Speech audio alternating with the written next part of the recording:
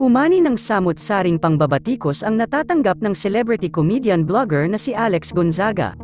Nagdiwang ng ika-35th birthday si Alex. Sa video kumakalat online matapos pahiran niya ng cake ang waiter kung saan tagahawak ng cake na dapat i-blow-blow ni Alex sa kanyang birthday. Matapos ang pag-blow ni Alex sa candle, agad nitong pinunhas ang kanyang mga kamay sa cake at ipinahid sa noo ng waiter. Hindi nagustuhan ito ng mga netizens kahit isa lang itong malaking biro para sa blogger. Ngunit dapat daw nilulugar ni Alex Gonzaga ang kanyang ugaling ganito kahit birthday niya anya ng mga netizens. Isang malaking X raw ang ginawa ni Alex at foul ito pagdating sa mga nakapanood. Lumabas na hindi magandang biro ang ginawa niya para sa lalaking waiter. Sa isang post ng isang concerned netizens at galit na galit sa ginawa ni Alex. Money cannot buy class talaga. If I was the server, itatapon ko talaga yung cake sa pagmumukha niya. Kahit mawalan pa ako ng trabaho. You know what? Alex Gonzaga official, Kuya is not paid enough for this. Sana sa friends mo na lang ginawa o kaya sa asawa mo si Mikey Morada. Not a good joke, Catherine. I guess may something talaga sayo.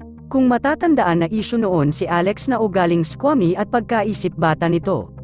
Ang sigaw ng mga netizens dapat mag-public apology si Alex Gonzaga sa kanyang ginawa at ipamukha niya sa sarili niya na mali siya ayon sa mga opinyon ng publiko. Sa isa pang comment ng netizens, kinawawa naman yung staff, nagtatrabaho lang naman. Parang na-offend ang reaction niya bandang huli. I pity the guy.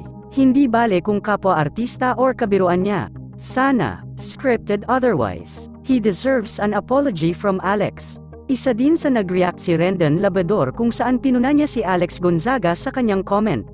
Walang pinag-aralan si Alex. Hanggang vlog lang talaga. Sa isa pang comment ng netizens. This is very disrespectful, para sa waiter na ito. Siguro that time when he's bringing the cake, he felt happy sana kasi artista ong makakaharap niya, then everything went upside down kay Kuya Waiter when Alex did this. He felt disappointed kasi prank ginawa siyang katatawanan in front of everybody. Wala nang respeto si Alex para sa kanya. Nakakatuwa to but girl, ginawa mo is sobra. Very insensitive. Isang dahilan daw kung bakit pinunasan ni Alex Gonzaga ang waiter dahil nainis siya sa kadahilanang namatay ang Quitis light at hindi na nahipan pa ni Alex. Mapapansin na tumingin si Alex sa Quitis light at pagkakita niya na namatay na ito biglang nagbago ang kanyang mood. At sa last minute ng video matapos niyang matagumpay na ma-blow ang candle. Nabaling ang inis niya sa waiter kaya't napunasan niya ito ng icing cake.